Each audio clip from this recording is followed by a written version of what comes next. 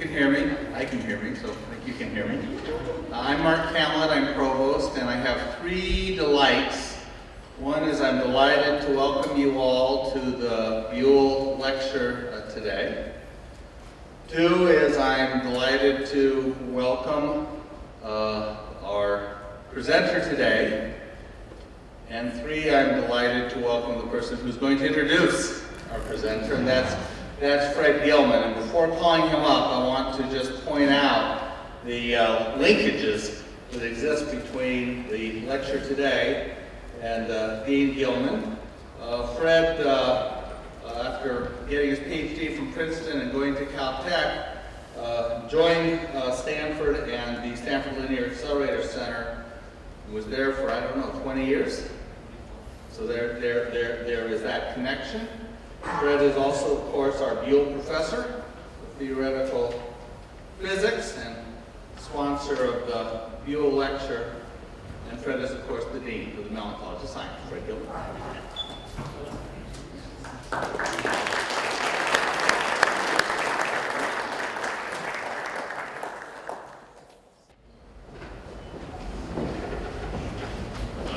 So good afternoon, and thank you, Mark, for the introduction. And welcome to the 2013 Buhl Lecture. So this is the 18th lecture since it was revived in 1996. And we're very pleased today to be able to bring Norbert Holtkamp to Carnegie Mellon and to give the lecture. And I first heard about his work on particle accelerators when I chaired an advisory committee on the future of U.S. high-energy physics in the late 1990s. I learned of a multi-lab study led by a brilliant young accelerator physicist at Fermilab on the possibility of building a storage ring for unstable subatomic particles called muons that, when they're sitting still, live 2 millionths of a second, but putting them into a storage ring that could yield collisions of muons on muons and also intense beams of high-energy neutrinos when the muons decay. A few years later, Norbert left Fermilab and became the director of accelerator systems in the successful construction of the spallation neutron source at Oak Ridge. And from there, in the middle of the last decade, he went to the world stage to be principal deputy director general of the international project to build ITER, which at that time was still called the International Thermonuclear Experimental Reactor, and that was being built in France. His work was recognized during that period by the European Physical Society by getting the Gersh-Goodker Prize in Accelerator Physics. And then he was hired away by Stanford several years ago and is now at SLAC, or what's now called, again, its name has changed, SLAC National Accelerator Lab, and he leads their accelerator directorate. Now, a few words about particle accelerators. While they were invented to give us insight into the physics of subatomic particles, accelerators have become crucial fields at the frontiers of many other sciences, including chemistry, biology, material science, and they're used in activities as widely apart as curing cancer and archaeology. As accelerator energies increased, they became the principal tools of particle physics to probe smaller and smaller distances, and hence the alternate name of particle physics, high energy physics. But increased energy has meant increased size and increased cost. So the Large Hadron Collider is many miles in diameter, and machines are being proposed that will cost $10 billion or even more. And that's a serious impediment to getting them built. So taking the next major step, major jump in energy is maybe even at this moment looking impossible. Somehow we'll have to break the paradigm of continuing to scale up in size and in cost as we scale up in energy. Can we break this paradigm? Well, and also, of course, how will we do it? What new technology will that involve? And these are the questions that led me to invite Norbert today to give the Buhl Lecture, as he tells us about the incredible story of particle accelerators during the last 80 years and their future in this talk. particle accelerators, tools for a better life, ships of discovery, and technologies for the future. Norbert.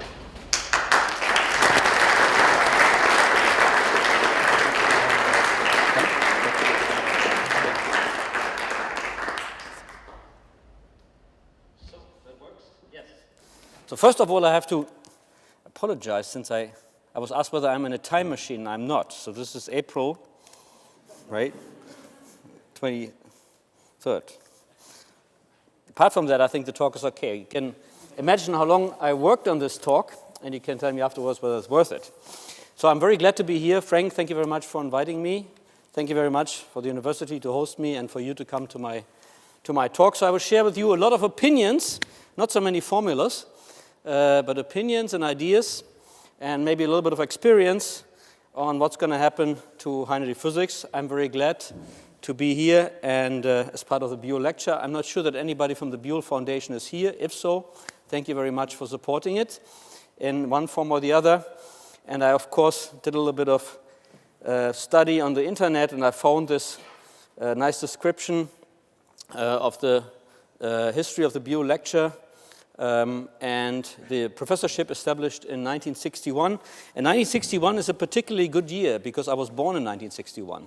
So that is a nice and good coincidence. So what are we talking about today? What will we talk about here? What will I talk about? This is a diagram that some of you are familiar with, some of you not so much. But essentially, it shows the evolution of the universe in scale and in time from the Big Bang to where we are today. And I really want to focus on three different time scales and size scales. One is the cosmic scale, really. One is the atomic scale. And one is the, to us, more familiar atomic or molecular scale that all have to do with accelerators in one form or the other in a very interesting way. And I try to tie these three areas together. So this is the good old days. Frank already talked about the size of accelerators. This is how it all started in the 30s. Ernest Lawrence, one of the first pioneers and inventor of the cyclotron. This is a 5-inch cyclotron. So 5 inches, you know, I still calculate from inches and centimeters. So that's about 14 centimeters or something. That easily fits into your two hands, and you can hold it. That's the size that used to be. Very quickly, though, it wasn't enough. Growth of accelerators was the only way to satisfy the need for higher and higher energies of particles that were essentially used to be either slammed into a target to do physics or later on collided. And here's a picture of the 1946 cyclotron. This is steel, right? This is a steel magnet. And you can see the size of the magnet of the vacuum chamber that later on was built in there. And you can imagine that simply scaling up is just not going to work. In my youth, politically incorrect, we often call this a Russian approach. Just use more iron. But that is not a technically feasible solution. And actually, it's not what happens. People are smarter than that. This is a picture that among accelerator physicists and actually high energy physicists used very often. And it shows on one side a logarithmic measure of the energy of the particles and the reactions that we can create. Essentially, 1 eVolt is the energy of an electron that travels through 1 volt on a battery and is being accelerated. A kilovolt is 1,000 volts. Am I doing this? I guess so. It's 1,000 volts. A million volts is an MeV, a GeV is a billion, TeV is 1,000 times a billion, and so on. So you can see that over time, actually, this is the the 1930s, 50s, 70s, and up to today, pretty much on a logarithmic scale, we have been able to grow this. And if you look back at the big piece of iron, surely we didn't do this by making bigger and bigger pieces of iron. So it has allowed an enormous growth in discoveries also, CP violation, J-psi, quarks, gluons, QCD, the W, the top, the quarks, and finally the Higgs. So over 18 years, essentially 7 orders of magnitude and 5 orders in scale we've been able to sustain through technology. Now here's a little movie that shows the latest version, and I'm sure you have read about it. It's been all over the press. This is a picture of the LHC, the CERN. In the back, you could see the Jura Mountains. About 100 meters underground is a tunnel, 27 kilometers in circumference. And down there is a detector in which counter-rotating protons that are accelerated up to 70 eV are colliding and producing secondary particles, and this is where the Higgs was discovered.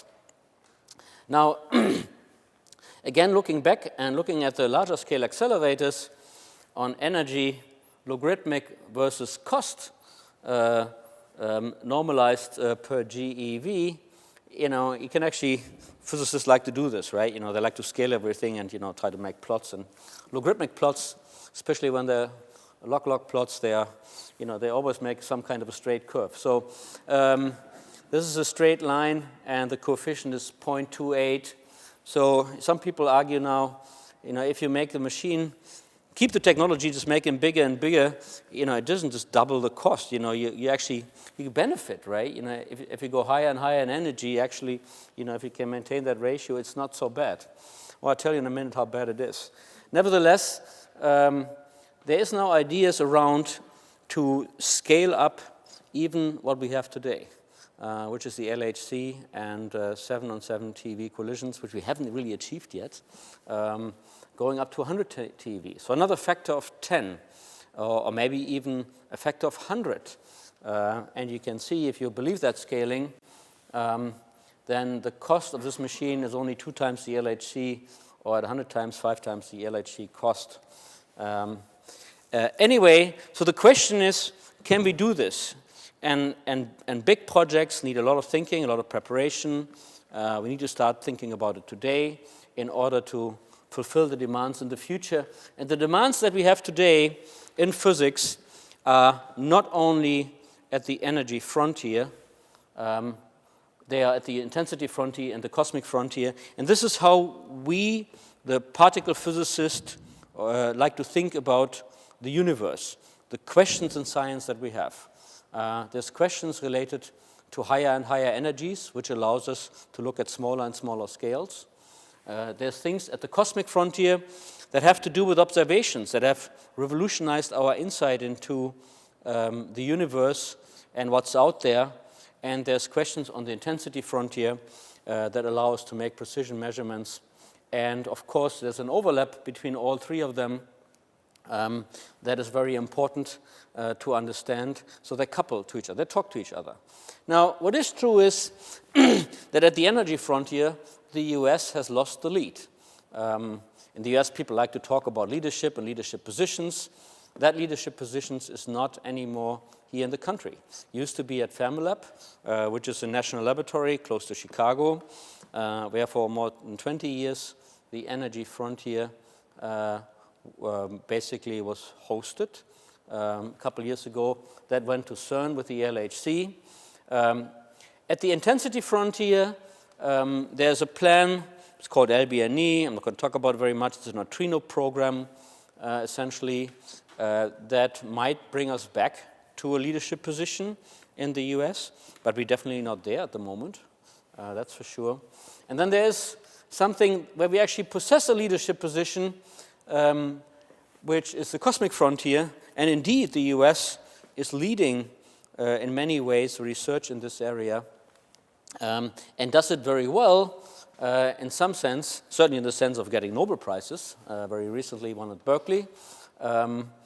But it's a little bit complicated, too complicated to speak about it too much, but it's really almost like it's a little bit like a kindergarten in some sense, where the 3 governing agencies, and they can't quite agree how to work well together and move the program forward together, without thinking about their own vision, their own direction, their own capabilities. So if miraculously tomorrow we could combine the strengths of the three without any boundaries, without any stovepipes, we definitely in the US would be able to maintain that position. But today we don't. And that's a pity. And Fred and I had a discussion after lunch about it today. And I said, hey, Fred, you're very experienced. You know politics. Can you think about how to do this? And his honest answer was, no, I don't. But it's worth thinking about, and we have to find a solution. In terms of the US program and funding, we spent probably most of our funds in high energy physics, which is in the Department of Energy, is approximately $750 million in the intensity frontier, a large fraction on the energy frontier, especially in Europe, and then actually a smaller fraction on the cosmic frontier, which is a little bit irrational in the sense that where we do have a leadership position, we don't spend as much money. Where we don't have it and want to get it, we spend most of it, and where we just have lost it, the second most, and that might or might not be strategic. That's not so clear yet. So where can we go in high energy physics? That's really the question when you keep these three things in mind. And many people have been thinking about this. And it's related to accelerators too, namely arguments that you will hear often today when you talk to people about this. Do we need to construct and operate large accelerators in the United States to have a healthy high energy physics program? Since accelerators have been the drivers and the ships of discovery in many ways, can we sustain and do we have a healthy program without building them? And that means, in some sense also going into a contribute versus a lead position. Now, something that's very interesting to me, and it should be very interesting to you, is that, after all this work, 50, 60 years of building accelerators and doing particle physics, there was a revolution, a surprise in 1999. Namely the fact that we suddenly realized, we the scientists suddenly realized that all the effort we had spent, we only spent on about 4% of the matter that exists in the universe. So everything that makes up you and me, the wood, everything around us, the stars, everything we see, is about 4% of what's out there. Now you can ask all these questions. How do we know that?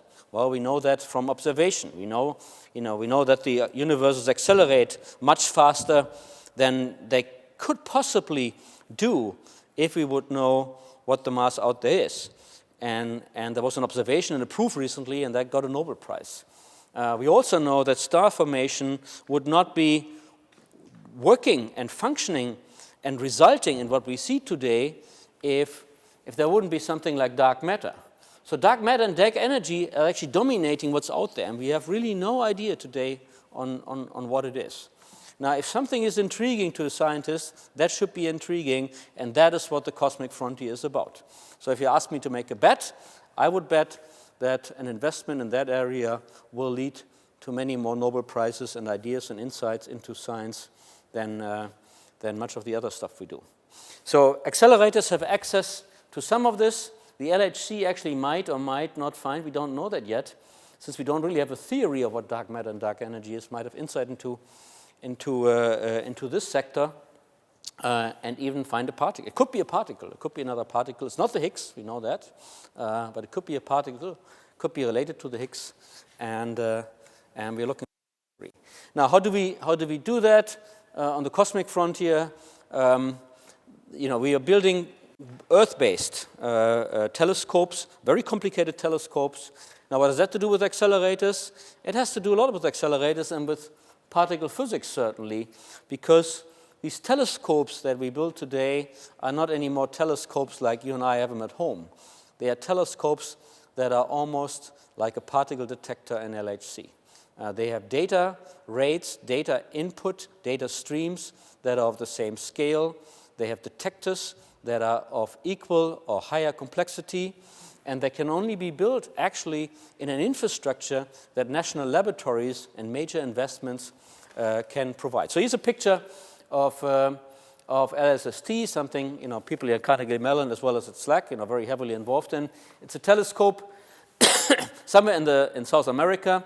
So if you are eager to find out what's dark energy, and you like to live 4,000 meters high on a high Sierra, and don't want to be disturbed by anybody, because that's guaranteed out there, this is a good place to go work. And certainly the interesting science will come. So a picture of the camera itself. Now something else that happened about a couple years ago, there was the start of a satellite. That actually was a successful case of a collaboration between DOE and NASA, namely the construction of what's called the Fermi Gamma Ray Space Telescope. It's another way to look into the universe, namely building a satellite and bringing the satellite or camera instead of on Earth on a high mountain, really bringing it up in space.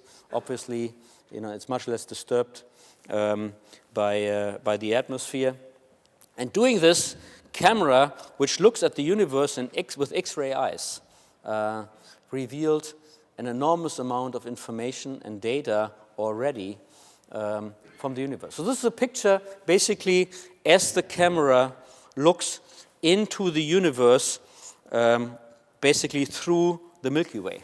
So this is what you would see if you had X-ray eyes and you would fly up there like the satellite does, and you look into the universe. And if you could see 360 degrees in this direction and 360 degrees in that direction, and you would fold that picture in front of you, this is what you would see. So this is an explanation of how these gamma rays are generated. Of course, there's very high energy particles out there. There's dark holes, there's dark hole formation out there, and this is a simulation here. All this is what LSST is looking at. So it's an enormous amount of information, and through this observation, we know now what dark energy and dark matter does, but we don't know what it is. So let's come back to accelerators a little bit more, and the question is, where do we go? Well, that's a good question. Hopefully we're not heading for a train wreck. What are our options? We talked about it a little bit already, and I'll explain it a little bit better. So we have options, where we talk about circular colliders. Again, this is a picture of the LHC, the lab tunnel, 27 kilometers in diameter. This is an idea that Fred alluded to, muon colliders. Muon colliders, this is a Fermilab site actually. It's probably a little bit hard to see from the back here, but that's about the site of Fermilab, which is much smaller than this. So this is about a kilometer, or maybe 2 or so, in here, 2.5, 2 kilometers by 1. And then there's, very, very visionary ideas that might or might not happen in the near future, which is called an international linear collider, and that is taking 2 electron linacs, building them, pointing against each other, and then providing colliding beams by shooting at each other. Now, what are the options? Well, there's only one way to get up with the energy, is you make a bigger tunnel, or you make a higher magnetic field in order to bend the particle around, or a combination of both.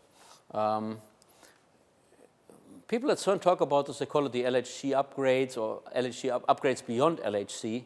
Now that's technically possible, but it's tough. If you do it in the same tunnel, it's a good thing, because you don't have to build another tunnel. But it's not so expensive then, but it's interruptive. Building a new tunnel under the Jura Mountains, that's quite an exercise. Remember, the tunnel is 100 meters underground, has to be 100 kilometers circumference, technically possible, but then you build the machine expensive and power hungry. I'll explain that a little bit better. A linear collider, so the 2 colliding facilities, it's also technically possible. We can prove that today, but it's very expensive, $10 billion plus, probably. And it might not be really at the energy frontier. And then we look at the more advanced concepts on how to break the paradigm, namely to make another step, a step in technology, like we saw before in the Livingston plot, breaking the paradigm to stay on the exponential growth curve of higher energies. Now, first of all, what had the LHC given us after the run The Higgs particle, that's now confirmed. We know it's a boson. I think we have 10 to the 7 or something like that, Higgses right now. So it's a very determined and clear discovery. This is a picture of the standard model that physicists like to show. It shows the quarks, it shows the leptons and the neutrinos. And this model is essentially our view, the high-energy physics view of what constitutes the 4%, the small amount of matter that I was talking about. The problem with this is the model is too successful. It's so successful that it really has explained everything, down to the penny on what you can predict with this model. And presently what we can predict is what beyond this model, because we don't have another one. So we're desperately searching with the LHC, that actually is in an upgrade period right now, will be down for 2 years, for something that's beyond it. And since we don't know what's beyond it, we don't know where to search. And that could end up to be a difficult thing. So anyway, this is a joke from the Fermilab, from the CERN site. So Higgs boson walks into a church, and the priest says, we don't allow Higgs bosons here. The Higgs boson says, but without me, how can you have mass? So we'll see. So in terms of what does it mean worldwide? When I talk about 100 TV, 100 TV is just a number on a piece of paper. 100 TV, 10 TV, something in between. Where do people do this research, and what is it? And that's a little bit of history here, and it tells you a little bit the story of high-energy physics. This is Colliders in 2006. This is Colliders in 2012, and the way it's going, this is Colliders after 2012. So there's a lot of infrastructure and science disappearing, and it's disappearing for a good reason. The existing ones can't go beyond where the LHC is. The LHC is the biggest one, and the bigger one than the LHC, a single country or a single society does not or will not support. All right, so the LHC is going to be it for a while, and there's longer-term strategies, as I said, bigger tunnels, 80 kilometers, 100 kilometers, 100 TVs, and that's a wonderful idea in many ways, in the sense that if once, and has worked beautifully at CERN, building a tunnel of 27 kilometers, then building an accelerator that is relatively cheap to achieve a certain energy, and then really, once the infrastructure is there and the physics program is done, going to a high field magnet, superconducting, expensive, and using the same infrastructure, rebuilding that. So just rebuild, doing the same thing again. I guess that's what's behind this idea of having a big tunnel. So it's all about tunnels. Tunnels and magnetic fields. Now, some of you are more familiar with physics than others, but one thing you cannot cheat on is Maxwell's equation. And Maxwell's equation relates the magnetic field and the volume that occupies that magnetic field with the stored energy in there. This is just independent of what you do. That one you cannot break. And as we go up in energy, the stored energy goes up quadratically with the field. So 2 times the field means 4 times the stored energy.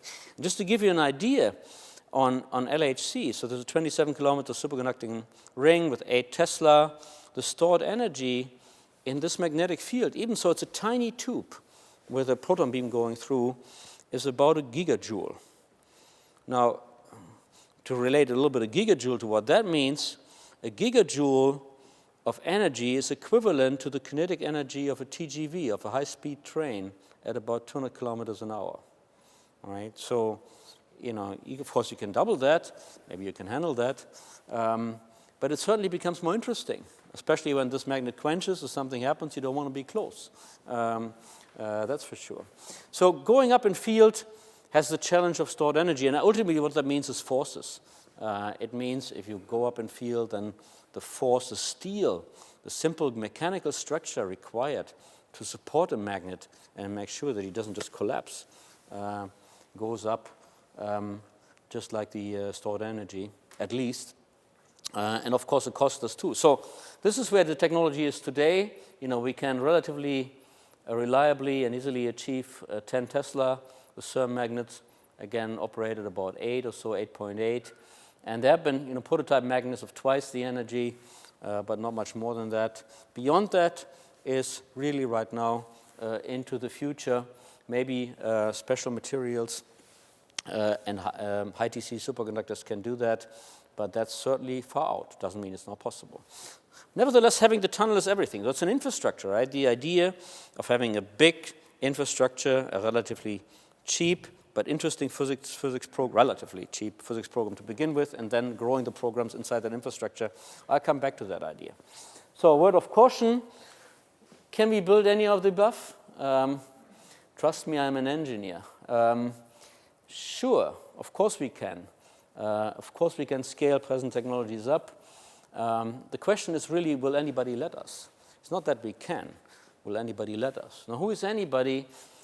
Rephrasing that question really means, will the priority of science questions to answer in the next 50 years have accelerator-based high-energy physics at the top of its list? And that's why in the second part of my talk, I'll talk a little bit about what accelerators are also used for and what might be a higher priority eventually.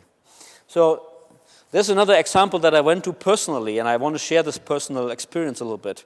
So ITER, Fred said that, I was a principal deputy director at ITER in the organization. That's an international organization in the south of France, very beautiful place to live. 6 countries, whereby Europe is considered one country, are trying to build or wanting to build a device that can produce carbon-free energy. It's a fusion device, a fusion reactor, essentially mimicking the sun's ability to fuse hydrogen atoms into helium and create energy out of that. Try to do that on Earth. Very noble idea. This is the device itself. There's a plasma in here. The discharge provides that energy. You can't see this, but there's a person standing here. It's about this size of the picture, right? So really tiny. It's a huge device. The total construction cost of this thing is somewhere in the 15 to 20 billion euro range. Nobody knows exactly at the moment or ever will for various reasons. And I have been sitting, with politicians on what's called the Council, which is the governing body of ITER. And now all of these countries realize how important energy is on the scale of what the society faces, right? It's a problem that will affect all of us. I mentioned that today in a discussion with a few people. China right now opens up a coal-fired power plant every 9 days, a 1 gigawatt coal-fired plant, every 9 days. All right, that's been going on since the last 6, 7, 8, 10 years, and they continue to do so. All right. Now, an average American, like you and me, or family, average American family, uses about 16 kilowatt of primary energy, 24 hours a day, 365 days a year.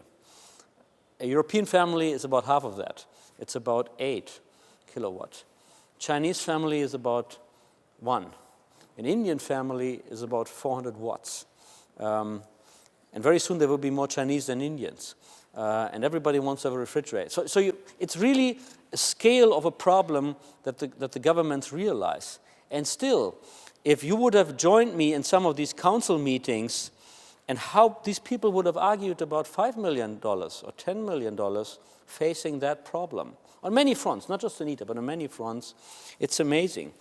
So it recalibrates the idea of what it means, we need $1 billion or we need $2 billion or 10 billion or even more to do that. So this is what we have to compare our science and what we want to do with, and this is the technical challenge that we face in driving for higher and better, higher energies and better acceleration technologies. This is a little bit of a picture that shows where we are, where we could go. Especially on the electron side, when I talk about these two linear colliders, that point at each other. Obviously, reaching high energy is the goal, and if we can have a higher acceleration, we call it a higher gradient per unit length or per meter, then the whole thing gets shorter, right? And you would assume that if it gets shorter, there's less tunnel, there's less infrastructure, and therefore it should be cheaper. That's not always true, but it's mostly true. And where we stand today is really here. This is superconducting structures. They're made of niobium. They are in a helium bath. at minus 272 degrees C, and they operate very efficiently. They're used for many, many applications today. I'll show you a couple later. We have RF-driven structures, metallic structures, normal conducting structures here. They reach to about 100 million volts per meter. That's where they break down. 50 million volt, is limited here by actually the intrinsic feature of superconductivity. So there's actually no way in that structure to go beyond it. It's a physical limit we cannot exceed. We have laser-driven structures. I'm going to talk about that a little bit more later. And they reach about a GeV per meter. Right, so when we talk about a 1 TeV collider, we would need about 1,000 meters. Well, that's okay, that kind of gets there. And then we have plasma-driven accelerators we could think of, and they achieve up to 10 GeV per meter. Actually, the one I show you achieved more than 20 GeV per meter, and that gets really interesting. Doesn't mean it's easy. So there's actually tests around the globe, some of them, or many of them in the United States, and groups that work on these various areas, and there's some buzzwords here that I'm not going to talk about. So the linear collider in a nutshell, you might or might not hear about this a little bit more. There's a report right now out. The cost estimate is out. It's not far away from $10 billion. So independent of that number, though, there's a Japanese delegation, a governmental delegation showing up in Washington very soon who wants to talk about this and the U.S. collaboration on this. And sure enough, I'm convinced, if this gets any closer, there will be a lot of discussion in the public press on whether we will or will not spend some money on this to build this together with our Japanese colleagues. But that's ongoing. The scale is about 31 kilometers, right? So that's what, 20 miles or something, from one end to the other. So it's a big beast of the scale of the LHC circumference. And a lot of stuff in here. I'm not going to talk about, subsystems that need to be built and blah, blah, blah. The technology, as I said, has been available. Took about 20 years to develop this. Superconducting structures that can sustain these gradients.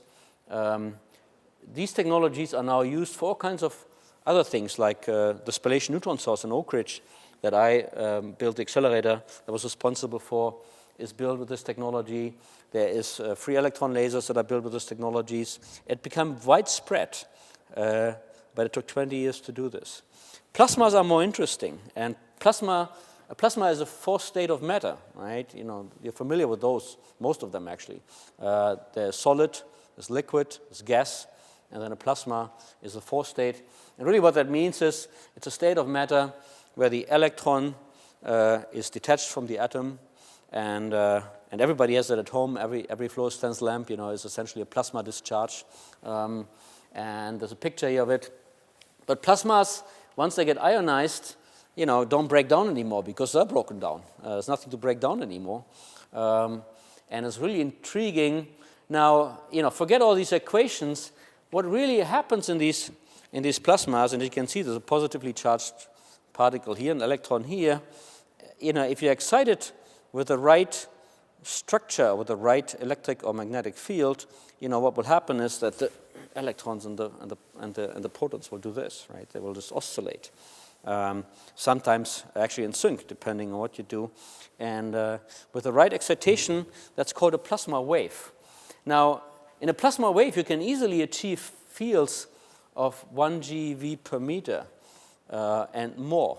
But it's important to set up a large collective response.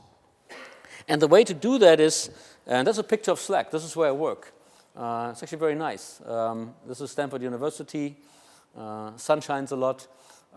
This is the highway here. And there's a 3-kilometer long accelerator from which we use 2 kilometers to make a very intensive electron beam. And this electron beam is something we use to excite this plasma wave. So in order to do that, we already have to bring it to 23 GeV. So it takes us 2 kilometers to make this driver and make this electron beam. And then we can set up this plasma wave to generate an electric field somewhere between 1 and 30 GeV per meter over a distance of 1 meter. All right, so let's look at this 2 kilometers and again have this picture in mind, right? It's like a wake, like a surfer on a boat. So I take these electrons that I've accelerated, I ram them into this gas, into the plasma, and if the plasma has the right density and I set up everything right, it essentially splits the atoms, the charged, the nucleus, the positively charged nucleus from the electrons, provides a cloud, it ionizes the plasma, and if in the right distance behind this leading electron bunch, I send another electron packet, or charged particle packet actually, it will see the wake, it will see the plasma wave. And if I do it in the right distance, it will see actually the maximum accelerating field of this plasma wave as the first one comes and the second one follows. All right? So it gets accelerated, constantly accelerated in this field. At a range, at a gradient of about 10 to 20 or more GeV per meter. Now, another thing this depicts here a little bit is, how primitive this actually is. And I'll show a picture of this later. So this is essentially lithium down here. There's a little heater here. So this whole plasma we generate in a pretty simplistic, rigid, just a quadratic structure. It's about this size. It's at 220 degrees, 240 degrees. And lithium is being used for a specific reason. It creates a vapor, and then when the beam rams through, it creates this plasma wave and can accelerate these particles. So what that really means is, while I need 2 kilometers with today's technology to make 20 GeV, I actually have the intention to bring this down to about 2 feet, 3 feet, 1 meter, right? And that's exactly what we do. Take the electrons, we put them through here, and this is the plasma, it's a picture of the plasma oven where all this happens. And then we send a witness beam behind and we measure the electrons. And this is a view, again, an artistic view into the oven itself. But that's really what the pipe is here, right? And there's the driver bunch and the witness bunch. And the picture that you saw in my poster is actually taken from down here. So this is a beam line, where the electrons come, the driver comes, and then further up here, the witness beam is being accelerated. Now, what do we have we achieved? We have actually demonstrated that certainly on a small charge packet of electrons, we can achieve more than 20 GeV per meter in this plasma. Now, that I think if we can demonstrate further, we can do this reliably. We can do this with high quality. We can do this, with an more intense bunch. That definitely is a paradigm, because the only thing you really need is a drive beam. That's not so difficult to generate, all right? And the other thing you need is an oven. You need a structure, 1 meter by about half a meter. You need a heater, and you need lithium. That I would call a technology, breaker. And one thing where you really make a step from a complex, complicated, highly advanced technology to something that you now, through control, through physics, bring to a point that you can set up these electric fields. Still a lot of work to do, and the DOE funds much of it. We do it, so we create these plasma waves with electron beams. At Berkeley, our colleagues create these plasma waves with lasers. That's also a very interesting way to do it. It's the same principle, essentially. You have a vapor system, and then the laser beam, the laser pulse, goes through the plasma. It sets up the plasma wake. And again, there, up to 10 GeV electron beams in a 1 meter plasma have been produced. They are still not stable enough. They're still not tunable enough. They're still not there, but that's okay. We probably have a little bit more time. And while the challenge is here to efficiently generate a drive beam, the challenge here is to efficiently, to push on the efficiency of lasers that have to operate at higher rep rate and with a higher transfer efficiency of electric energy to photon energy. But this kind of science and this kind of idea sparks students. Fred asked me yesterday, how many students do we have, and what are they working on? When accelerator physics is much, much easier, and much more interesting for the students to think about this in view of creating their future in high energy physics than a technology question on, I don't know, computer program or something else. This is what really inspires students, and they can get their hands dirty, they can work on it, they can present and try out their ideas, and even further than that. Now I showed you the picture about the linear collider, which was 31 kilometers long a while ago. This is a complicated picture. It shows essentially how a plasma wakefield accelerator or collider would look like. This provides the driver beam, and then the driver beam is distributed over distance here, and there's about 10 cells on each side. So 10 cells times, or 20 cells times 20 GeV, that's a 400 GeV beam, right? So if we have 20 buckets now, 20 1 meter long, cells that do that, we could do it. Most of the space actually is needed to bring the drive beam in and out. But you look at the total scale. It shrank from 31 kilometer to 4 kilometer. And I'll show in a second why it's 4 kilometers still, but it can be much less than that. Facet and what we do at SLAC will demonstrate one of these cells. So 1/40th of this device, in some form or the other, we will actually demonstrate, and the rest we'll have to see. So this is a little bit a simplistic picture to kind of visualize that. If we have one TeV collisions, there's 500 GeV on one side and 500 GeV on the other side. Let's say this is 15 kilometers and this is 15 kilometers. We still need about 3 kilometers in the middle. It's impossible to make that short. We need about 3 kilometers in the middle to just prepare these beams that we have just created and bring them into collision. Focus them to a tiny little spot and make them collide. And there's nothing we can do about that. There's a detector, there's this beam delivery system. So this will stay. The 3 kilometer in the middle will have to stay. But in a plasma wakefield acceleration collider, the rest shrinks suddenly from 4 kilometers to 500 meters, right? So it's that piece.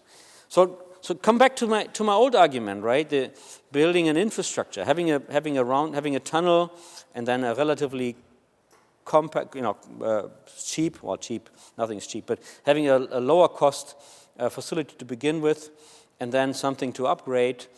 Should the Japanese indeed be successful in building a linear collider, should they decide to go with the present technology, I think that's great.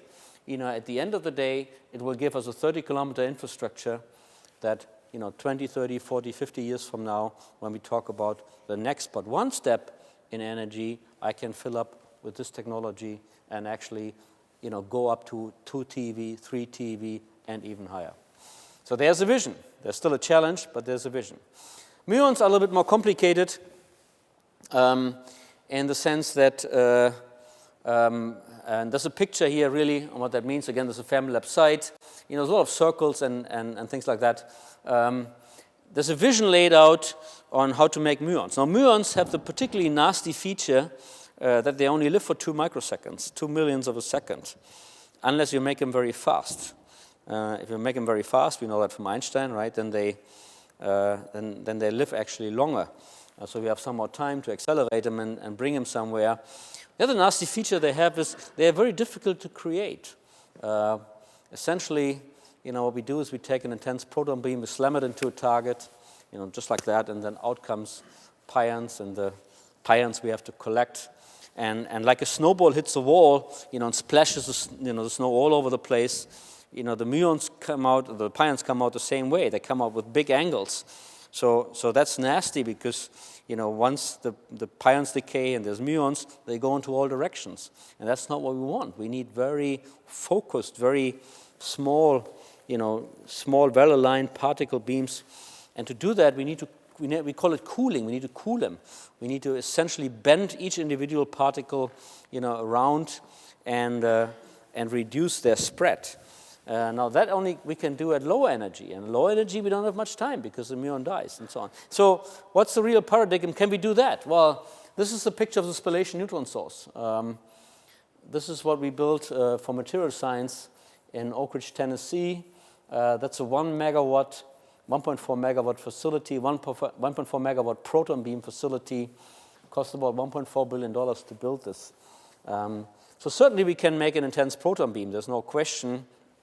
And actually the DOE, the United States, presently holds the world record on intense proton beams, intense peak power proton beams, and it's owned by DOE. So can we do this? There's no question.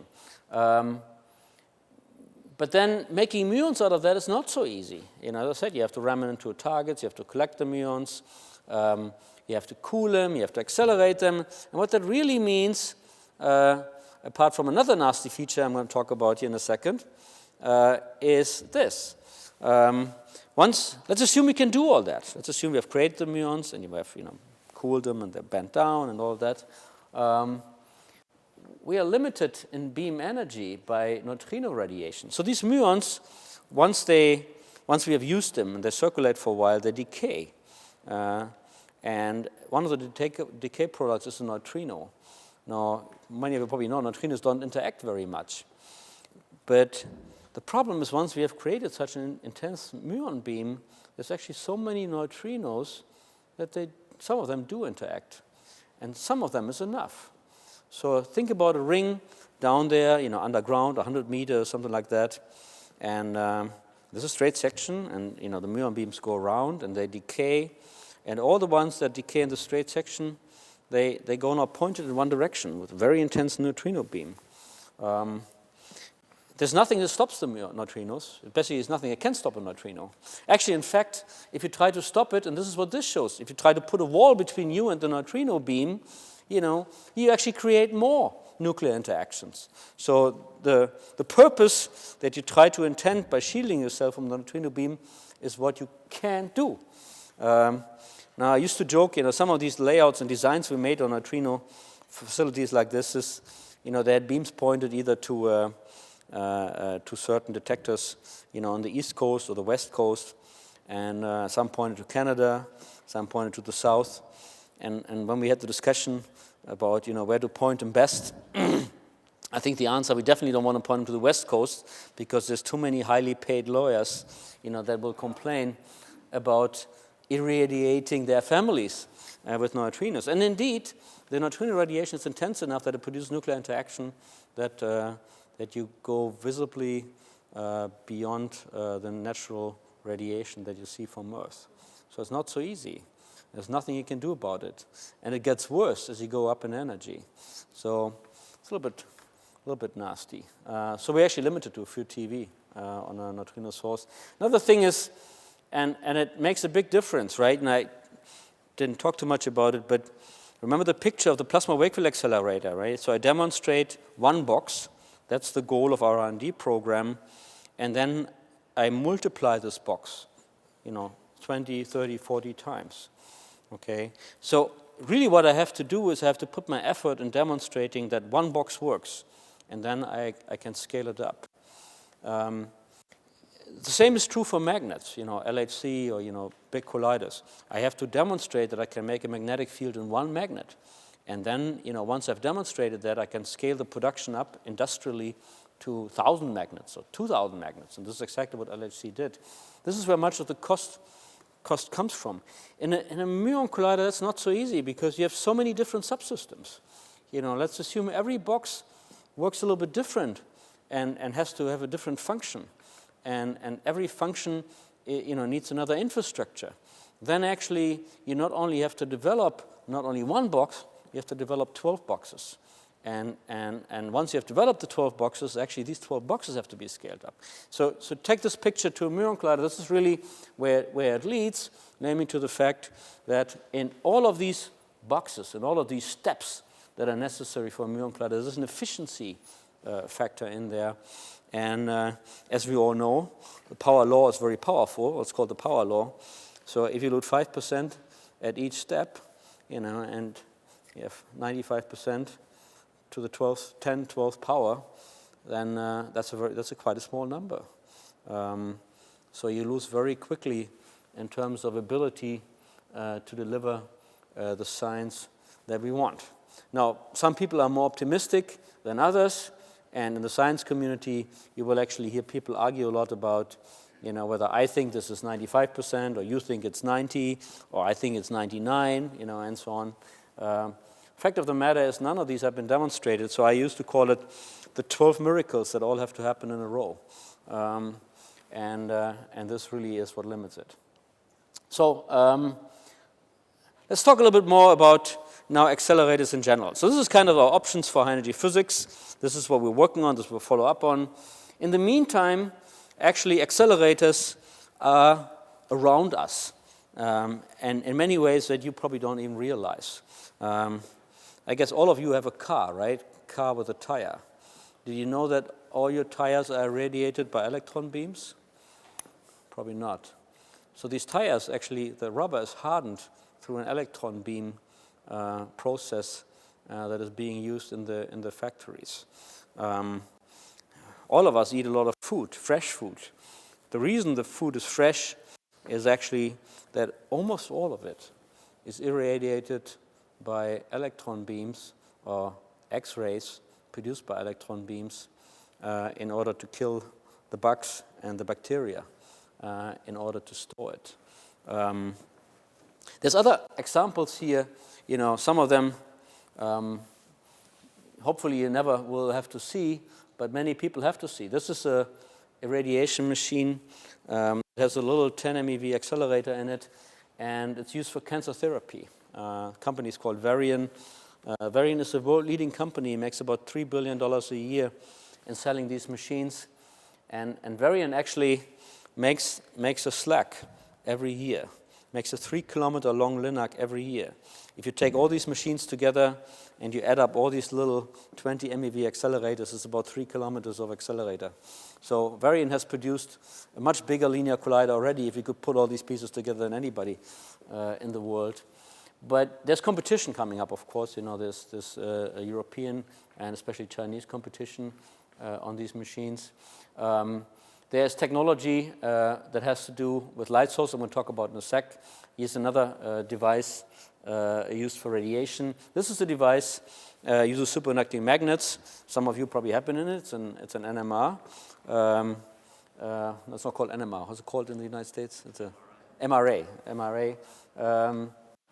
And then there's something that most of the people actually don't realize. So this is a detector, a photo plate that's commercially available today.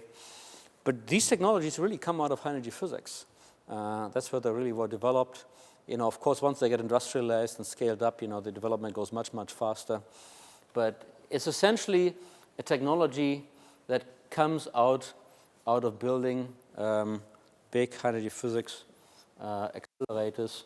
If you look into LHC and ATLAS and CMS, you'll actually find a lot of them, even much more complicated than this one inside, that provide technologies for the future.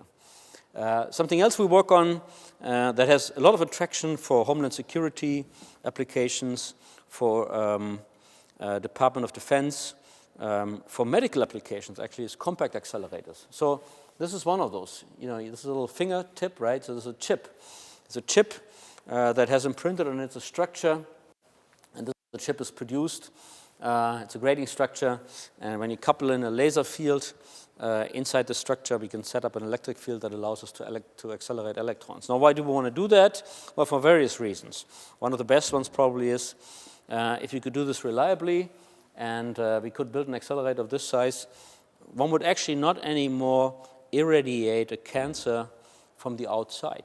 I wouldn't have to lie on the machine and have, although my cancer is somewhere inside, have the X-rays go through me. I would actually probably, get a little surgery, most likely robotic surgery, robots that you guys built here, and implant this little accelerator in me close to the cancer, to the tumor, if it's a single tumor, and irradiate right in place. There's other applications that are very interesting for this. Of course, irradiation at airports, without any visible oversight or anything. But more importantly, and most importantly, this is probably where the big accelerator construction is going to continue to happen, is this one, ultra fast and ultra bright. These are accelerators for different frontier, and I can guarantee you that we will continue to build many, many, many accelerators, whether it's for energy physics or not, in the future. So let me explain a little bit what I'm talking about here, because it's fun stuff. So this is nature. This is a time scale. And here's basically also the geographic scale. All right. So in nature, what you and I can observe with our eyes typically is a hummingbird. Although that's already difficult, right? When you look at how he flaps his wings, it's pretty fast. You can't really resolve how a hummingbird swings, but a camera shutter can.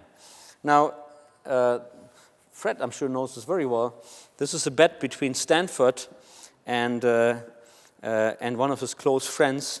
And the question back there at the end of the last century was, does a horse have all of his 4 feet off the ground when it's galloping or not? And if you've ever gone to the horse race, you will actually see that unless you're very, very fast, which some of you might be, but most of us are not, you can actually not see whether in a gallop a horse is all the 4 feet off the ground or not. So what do you think? Does it have all the 4 feet off the ground? Yes or no? Yes? Who says no? Nobody? Well, you're right. So you all can see this. Stanford couldn't see it either, so he made a bet, and his buddy lost. So this was done actually, by a guy called Mulbridge, who's a photographer.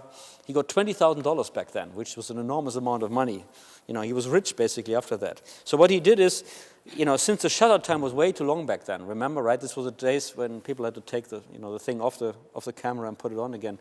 So you put a series of cameras, every 10 meters or so, and then a little tripwire, right? And when the horse ran through, it tripped the wire, and so it basically took a picture of the horse.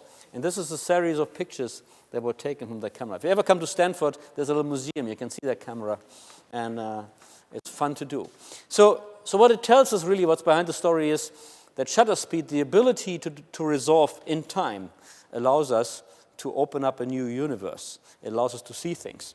Now, synchronous light sources, where electrons go around the ring and emit very hard X-ray radiation, allow something similar, but on a much smaller scale already. And I made a huge step from here to here, right? So it allows us, and that's standard technology today. It allows us to go basically into the nanosecond to a couple 10 picosecond time scale. And for static problems, that's easy, right? It's good. You can see everything. You can shine X-rays on something that doesn't change over time, and you get a nice picture. But if you really want to see what happens in life, then you have to go to the next time scale, which is really the sub-picosecond and femtosecond time scale. Now, why is that important? It's important because every chemical reaction, every biological reaction that happens in your body, my body, in nature, is happening in the outer shell of the atom. It's the electrons that make these chemical bonds. All right? And they typically move at the speed, or these reactions happen at the speed of 10 to 100 femtoseconds. Some of them actually less than 10 femtoseconds. So if I want to see how life works, I actually have to go down to that level. Now the question is, can we do that? Some lasers today can do that, but we built something at SLAC that actually is much better. We built an X-ray laser, the holy grail of lasers, and it really allows us to resolve not only the small, because we have the short wavelengths, right? We have the X-rays. It allows us to also see the very short time frame. Now, the brightness of these lasers that we built is phenomenal. So classical sources that we have today, basically up to 2009, until the X-ray laser, the first X1, really came into life, took 20 years to develop it too. Actually, the first idea came up in the 60s. In 2009, suddenly the intensity jumped by 7 orders of magnitude in one step, right? So just imagine your salary today is $1, and your salary tomorrow is 10 billion. That's nice, right? I like to think about it that way. That gives me a feeling for what I can do with 10 billion versus 1. So, and the brightness, of course, is defined here. It's a little bit like, well, let's not go there. It's not important. So, listen to this. I remember in college, another guy and I had an idea that, Michael, I talk about myself. If you don't, I will. Well, this guy and I had this idea.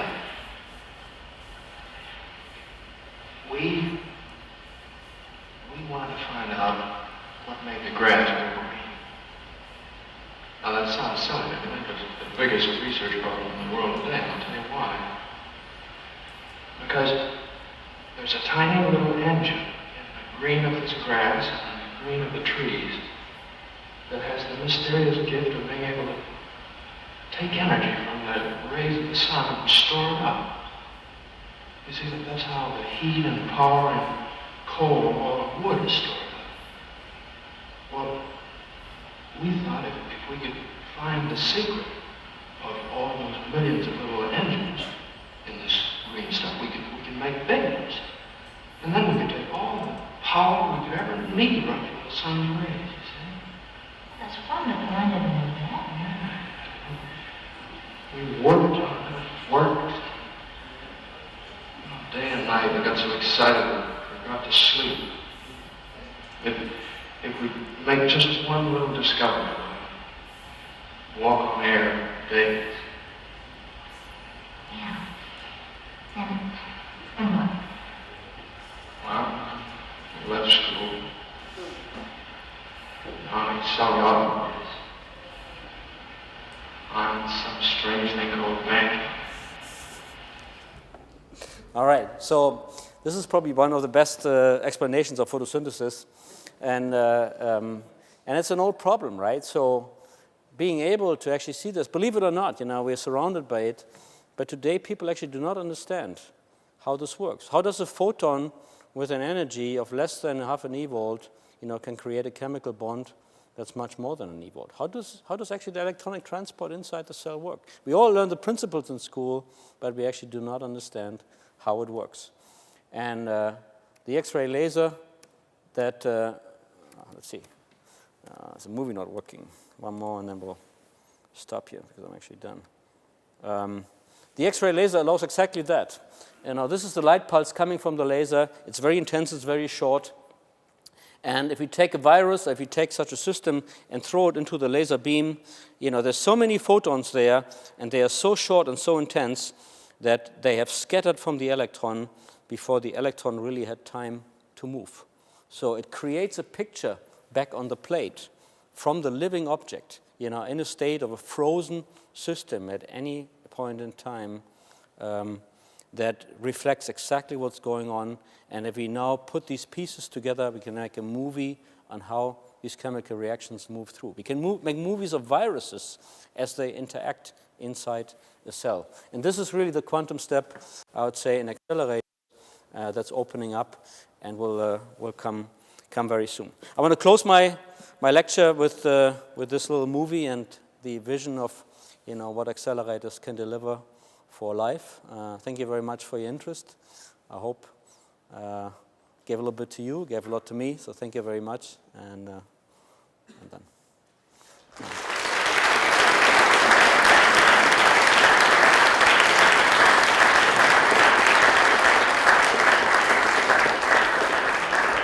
Time for maybe a couple of questions, and then there's a reception upstairs, so we can talk to Norbert individually about the questions. But any questions now?